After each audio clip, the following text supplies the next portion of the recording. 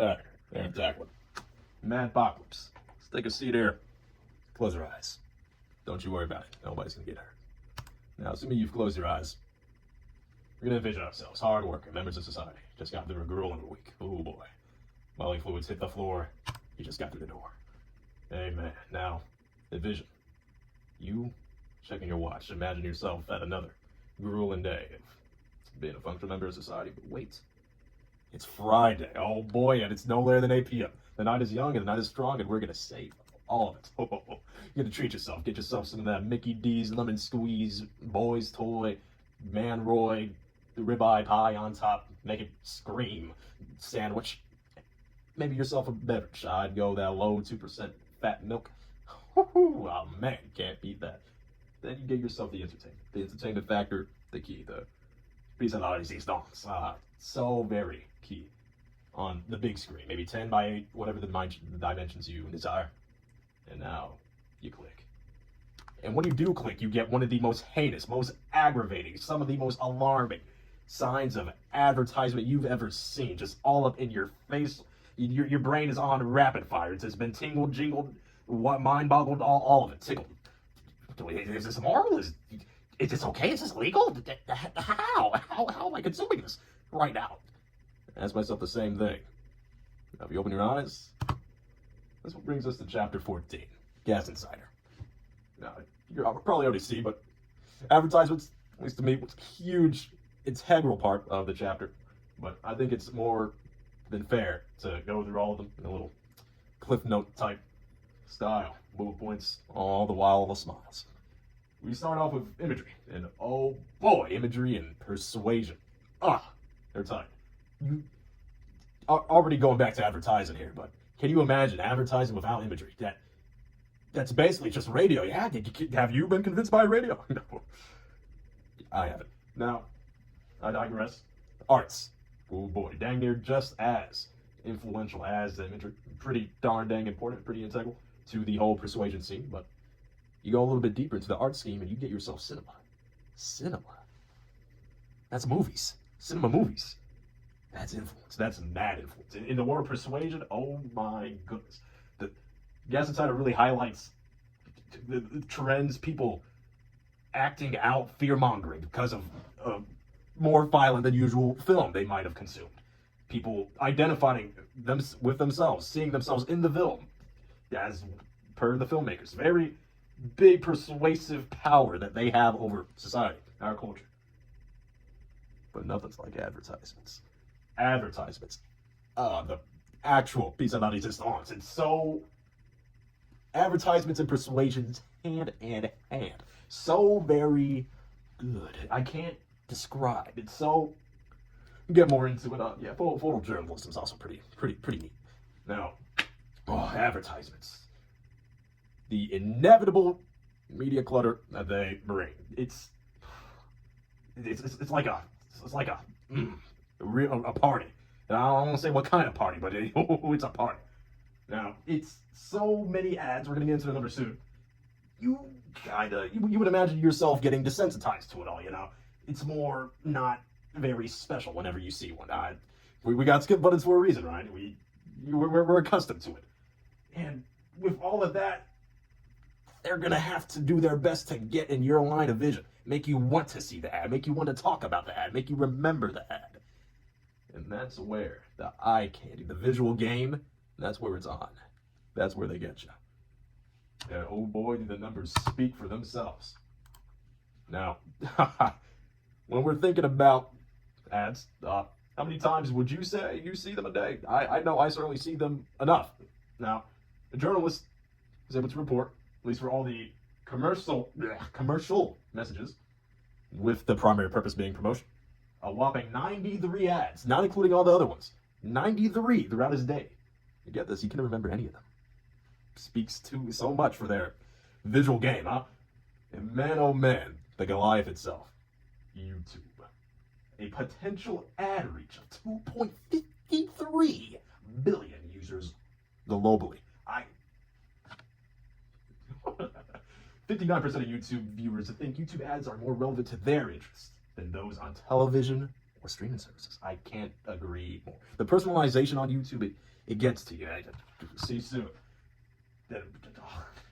Users spend 23.2 hours per month watching the YouTube app. On average, days. Imagine. All goes to show, quote at the bottom. Platform is fast to reach and engage user base, making YouTube one of the best places to distribute video ad content. I'm gonna call that a black eye. A little technical difficulty, if you will. Moving on, though.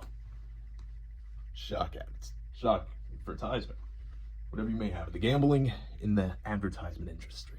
They will be the blind ones with the darts, and they will be throwing. While you may think they're missing, very awfully too, they're hitting. They are hitting with maximum precision in their eyes. Because you know what? They don't really care about whether what they hit is the right, the wrong, somewhere in between. They don't care. They don't care. They want to tug on those emotional heartstrings of ours, the consumers, as much as possible to rake in as much of a shock factor, if you will, to bring in all of the traction, all of it. Good, bad, whatever publicity it is, it's still publicity. What can I say? They are absolute demons in the persuasive advertisement market. It's those are the ads you're going to remember. The ads you're not going to click off of sometimes. Other times, it might be shocking enough to deter you. But like back with our first little eye close adventure. That's what we had. What we had seen, envisioned in our minds. Some of the most shocking, some of the... No. We don't need to go back there again. But going back to beginning of chapter 14, imagery. With image-based advertising, or image-oriented advertising, they can technically put, and they have put, a favorable image with their product, with no words, and people equate it to good. I'm not going to say too much, but I'm going to throw a few out there. Woman on burger. Woman with car. Woman with rap song. Hey. But moving on to the numbers, we can see their shock sells. Shock tells and sells. What can we say? Pre-shock values pretty good on the first graph, but post-shock values, dog diggity. That is an upward trend if I've ever seen one. There is no detriment to their finances at all without anything. They had the right amount of shock, the right time, right people. Cannot say the same about the second graph. That is completely opposite. They are they're in the gutter. They got to get back out. Maybe another shock will save them. Who knows? Now, speaking of shock, back as I said when we had our eyes closed, envisioning that horrendous ad, what I thought of was a little bit more racial, ethnicity based. But I imagine maybe some of you even, but a lot of people of the YouTube app, as we were talking about earlier, I would imagine would have one thought in their mind when it comes to a shock-based ad, and that is some of these.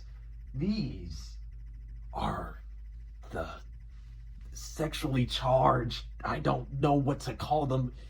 Technically, it's what they think we want to see. It's what we favor, but hey, hon, let's make a baby. Oh no, what should I do? Should I get up drunk? Man, barely any clothes on. Helpless woman. Sleep. There's only so much we as the consumers can really take and work with here. We don't have the inside information on what they wanted to really portray, except through these short shocks, I suppose. But in conclusion, ads are everywhere, and boy, oh golly, we are. If you think you're desensitized, all the power to you. But good golly, I dare you to take a gander down this little playlist here. Over 4,000 of those. Good luck, buddy. But shoot, man, Shock Tells and Sells in chapter 14 really highlighted that for me. And I was able to find a lot of more sexually based, sexually charged advertising than I thought I would. And I was able to recollect a lot more than I thought I would going back upon the YouTube. That if this is what I want to see, woman churning out the babies like a factory. Third's anyone? Must I even... Sources. Run. I'm going to blindfold myself, and I'm going to tell you in finest of details how I remember that ad going down, bit by bit.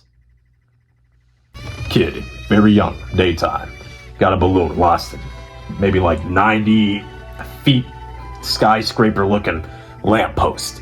Big hero, fair-skinned guy. He comes up, no words needed. He gets on it, climb, grabs the balloon, descends.